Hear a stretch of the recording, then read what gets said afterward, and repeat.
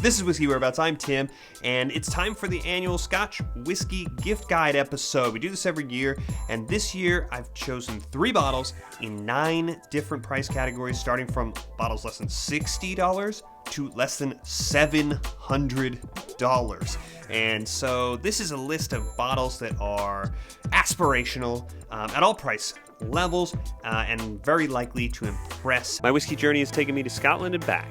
I've explored whiskey education, tastings, and distilleries from Islay to Speyside. And now my journey continues here, with you, on Whiskey Whereabouts. So last year's video, I took an approach of trying to present a list of different bottles at different price categories that were actually available. It was more of a practical approach. These, if you had access to a reasonably well-stocked whiskey shop, you should have been able to find these bottles. And I'll put a link to that video at the end.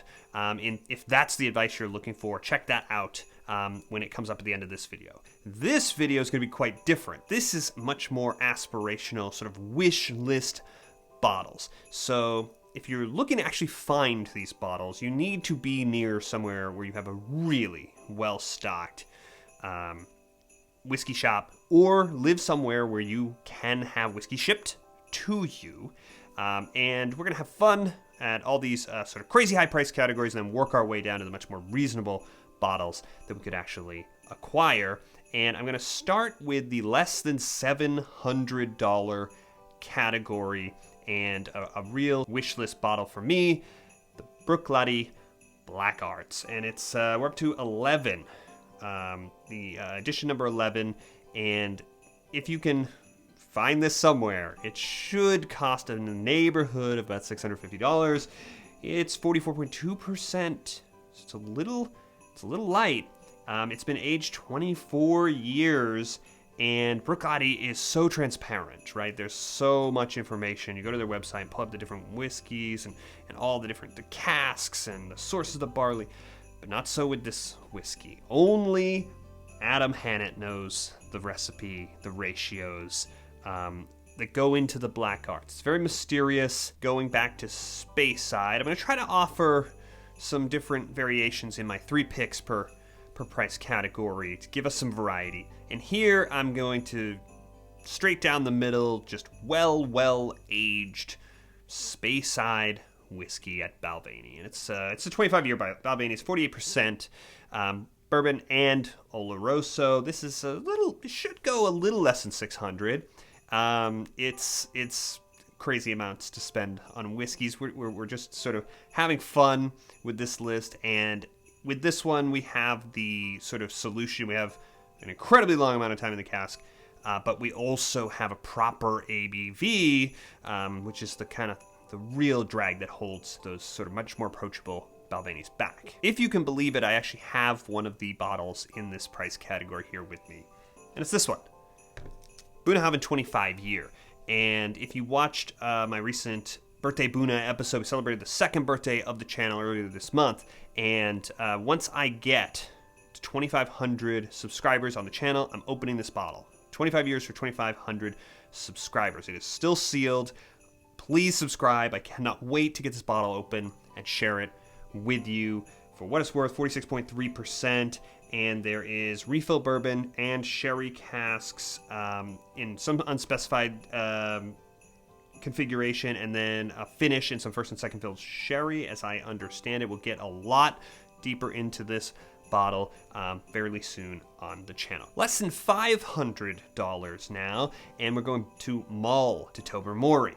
And this is going to be a sort of limited bottle, so this is one that's probably only going to be valid for this year's list. I know you're checking your list and going out to shop for all of these bottles, but I felt the need to tell you there's only 4,500 or so of these bottles of Tobermory 26 year. It's 49.2%, 15 years, like the normal sort of Tobermory 15, and then they left it in the cask for another 11. All right, let's get some peat involved in the list here in a big way with the Ardbeg 19 year, the Trevon. It's not the first time this this bottling has appeared on the list, but they're released in batches. So the latest batch is batch 6, and it's about $320 to $350 For the latest batch, the older batches that are still out there, the retailers seem to mark those up since they're pretty limited and there's not many left. So when you see an Ardbeg 19-year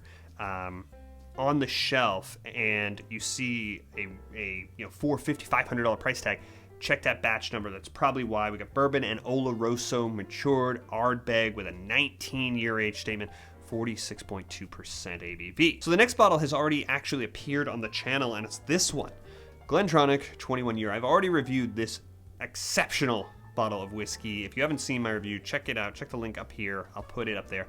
And this is 48% GlenDronach matured in Oloroso and PX casks. But until fairly recently, it also had a secret because GlenDronach was closed for a window, meaning they didn't have stock that was 21 years to meet the age statement that didn't exceed it, meaning the short story is you had bottles of GlenDronach 21 year that had older whiskey in it. Okay, but GlenDronach reopened in May of 2002, which means the current bottles you see on the shelves shouldn't still have that older whiskey, or don't need to. It shouldn't still be in that window unless you're looking at old stock. This bottle is one of the old bottles. Moving on to bottles under $300. This next one's not the hardest bottle to get your hands on, I don't think, on this list, but it is probably the most limited, and it is a lowland distillery called Daft Mill, and this is a distillery that's operating on an actual functional farm. So they only operate at certain times, and they raise the barley at the farm, and so they have a seasonal designation. So for example, looking what's available, I've seen this Daft Mill winter batch from 2011 distillation. It's 46% whiskey, about $275 or more. It's a lot for that age statement. Like I said, it's about the sort of limited availability. And let's talk about Octomore. Okay, so this is last year's Octomores, 14.2 and 14.3. We're up to version 15 now, has come out this fall. If you are not familiar, Octomore is heavily peated annual release from Bruichladdich, and it's released in a series. So this is 0.2, 0.3. 0.1 is sort of the base model, and 0.2 has usually a wine cask influence, same spirit in those two. 0.3 has the Isla barley, so it's in the frosted glass, and it's different, totally different distillate. Because there's different versions, there's a range of prices. So we've got cask strength whiskey with huge ppm on the malted barley at the beginning of the process. Not as hard to find. There's enough of this to go around if you're going to pay for it. How much is it going to cost? It varies wildly here in the US. I've seen 0.1s go from between $200 to over $250, a 0.3, $275 up to $350 or more. They're all over the place. But you should be able to acquire most of the range, the 0.1s through the 0.3s, at less than $300. For the 15.1, it's 59.1%, 5 years in first fill bourbon, and then recharge bourbon with a 108.2 ppm. The 15.2 is a little less, ABV 57.9, same ppm because it's the same spirit. It is second fill wine and bourbon, and then finished in cognac cask this year. Last year when I did this, these are Amarone Italian wine cask influence. So we've got a different sort of cask influence as the years go. And the 0.3s this year are the big ABV, 61.3%, 307.2 ppm, 5 years in first fill bourbon, and then first fill Oloroso hogsheads. Next bottle on the list is not the most expensive bottle on this list, but it might be the hardest one to get your hands on, and it is a big flex. And we have gone to Campbelltown now for the first time to talk about Springbank. Springbank 12-year cask strength. It's going to cost you more than $200 if you could ever find it. It's 56.2% ABV. It's bourbon matured. If you were somehow able to acquire this and gift this to a Scotch whiskey drinker, you would be their friend for life. So less than $200, we're starting to get into reasonable bottles. We're going to still look for some real trophy bottles, and one of these is Kilkerran 16 year, a 175 or more bottle of 46% whiskey from Springbank's sister distillery, the Glengyle Distillery. It's 70% bourbon, 20% sherry, and 10% rum on the most recent edition. I believe they're year to year with additions, and the casks configurations can change. Let's get away from the peat for a minute and go back to Speyside. For this price category, I've got another big peated whiskey coming up for the third choice. So for this one, I really wanted a nice traditional sherry matured, decent age statement Speyside, especially at this time of year, right? And this is a bottle that I had at Christmas dinner last year, perfectly suited. It's Glenallachie 18 year. It's gonna be $170. It is 46% ABV. It's Oloroso, PX, and Virgin Oak matured. There is some sort of criticism of this bottle that it's not that much better than the 15 to justify the price, but we're talking about a sort of gift and a wish list. So word of caution about the third pick here. It's another peated whiskey, and it's also from Mull. It's a very hard whiskey to find in the US, I've learned over this last year. It's Ledaig 18 year. This is the bottle that I voted for best Scotch whiskey for the Oswas this year, and it's the bottle that won my March Malt Madness blind tasting tournament. 25 whiskeys. This one came out on top. Spoiler alert, if you haven't seen that, I'll put the link to the final up here. And it is not a crazy overpriced whiskey if you have access to it. Its retail price is much closer to about $125. But it's just really hard to find around here in the US. If you're in a market that has this, it's a pretty fantastic whiskey, and it's 46.3%. It's 16 years in bourbon and then finished for 2 in the sherry. Very impressive bottle. Next up, less than $150. Things are getting interesting now. I'm gonna go with a new one. It's the latest in the Port Charlotte Cask Exploration series. It's the SYC, the one that came out this year. It's about a $150 bottle. It's 54.4% Port Charlotte. That's the heavily peated sort of version of Bruichladdich. If you don't know, it's 10-year whiskey. It's 5 years in first and second fill bourbon, and then it is the rest of the way in first fill French Syrah casks. Got to go back to Speyside again for some balance here. Craigellachie 17 year is going to run you about 150, maybe a little bit more. It's 46% bourbon matured whiskey. It's got that sort of that special quality that Craigellachie has. This is not sherried Speyside Glenallachie. A pretty impressive whiskey. Next whiskey on the list is also peated, but it is a mainland whiskey. And it is not one that is super readily available. It is the Kubakken 15 year, and this is peated whiskey that's made at Tomatin. But it's the first line in any description of this whiskey is, it's not peated, Tomatin. Everything about the whiskey is different, and it is between $130, $150 probably bottle, 50% ABV. We don't talk about packaging much on the channel here, but when you're gifting it, for what it's worth, it's a pretty cool bottle. And it is Oloroso matured. Less than 125 now, and I'm gonna go with a really well appreciated, I think, solid value 18-year whiskey. It's a Knock 18. And this is a whiskey that you should be able to get around that 125, 46%. Bourbon and sherry matured. Now let's talk about the Oswas 2024 Scotch Whisky of the Year. It's Bunnahabhain 12-year cask strength. And this is going to run you about $115, and it's worth it. 60.1% sherry matured Bunnahabhain. As great as that 12-year is, the standard 12-year, and it is a great value. Here you've got it, just amplified here with that higher ABV. This is a really, really well-loved bottle and release, as reflected by the results of the vote this year. The next bottle is one that's really hard to place because the price of it varies wildly because of how in demand it is. We're going back to Springbank for this bottle here, the 10-year. The MSRP on this bottle should be around $100, but good luck. I've put it here because That's why I paid for mine. I was able to find it, and it's one that has a lot of markups. It's hugely in demand, and there is a reason. It's a 46% whiskey, 60% bourbon, 40% sherry.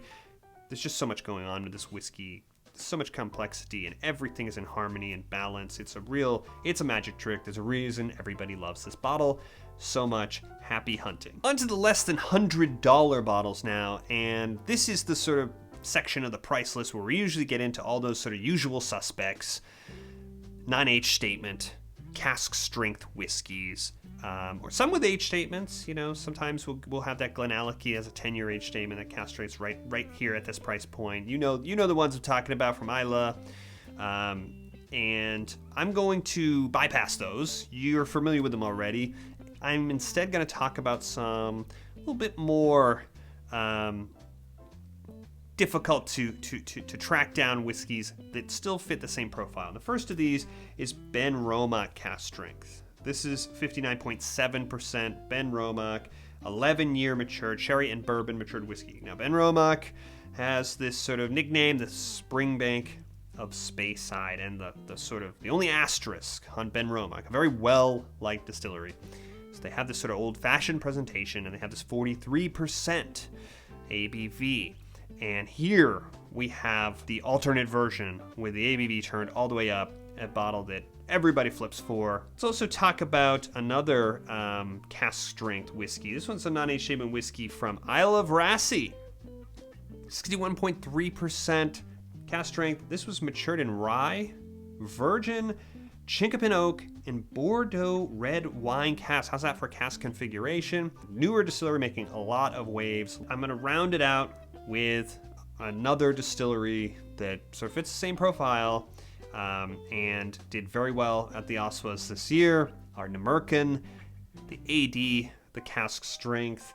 There are numbered batches here. For example, the 5.23 was 58.3%. It's not age statement, but aged 6 to 7 years, I believe. 24 casks in that batch. There's not that much of it out there. Most of it peated. Most of it bourbon matured, some of it Oloroso. And the 2.22 had a bigger batch. It's like 50 casks, but you can look all this up. They have huge transparency with Ardnamurchan. We see these cask strength ADs. They're hard to track because they don't have a name like Kilholmans have. You know, this code. It can be confusing, but it's once you see them on the shelf together, you can see the difference between the standard release and the cask strength release. That's the one we're talking about here. Less than $75 now. And then we're going to feature another appearance from Ledaig. This is the Ledaig 10-year. If you have not had the good fortune of having this bottle, it is very, very good peated whiskey. And it is pretty solid value in this market. I voted for it in the Oswas for the value category. You're getting 46.3% bourbon matured peated whiskey. Ledaig is the peated Tobermory from the Isle of Mull. It's what I have poured in my glass here to enjoy as we get ready for the colder in my hemisphere holiday season. Nice warming peated whiskey. Can't all be peated whiskeys. We've got to keep some variety. I'm going to go to another island though for a sherry bomb. This is going to be Arran sherry cask strength. It's about a $75 bottle. For that, you're getting 55.8% Arran. That's pretty approachable for that high ABV. It's not going to be as bracing a sherry bomb as Abunad. I think it's about 7 years aged on that, right? But you're getting a lot at this price category. Last one in this category, I'm going to throw you a curveball, and I'm going to give you a blended malt. And in a second, you're going to understand why. Because this is a blended malt from J.A. Mitchell, the parent company of Springbank. It's called Campbelltown Lock, and for about $70, you're getting non-age statement, but 46% blended malt. It's not a blend.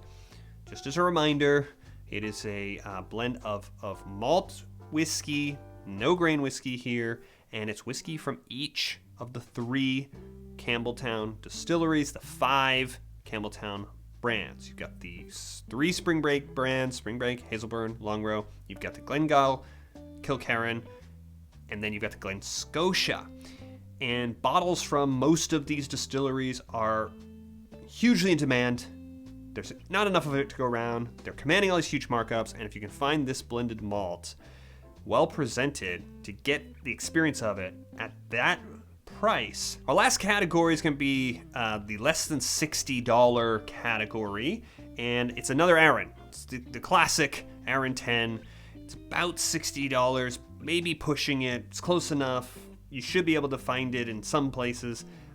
This is mostly bourbon, a little bit of sherry mature, 46%. I'm also going to talk about the Instant 12-year, so whiskey tubes, sort of favorite, entry-level whiskey, $55, maybe inching towards 60, but underneath this price point, 46.3% bourbon matured whiskey. But we're going to finish off the list with probably the easiest to find whiskey on this entire list, and it is this bottle, the Wee Beastie, and I needed a nice peated whiskey that ducks under this price point reliably. This is not that exotic. It's 5-year Ardbeg.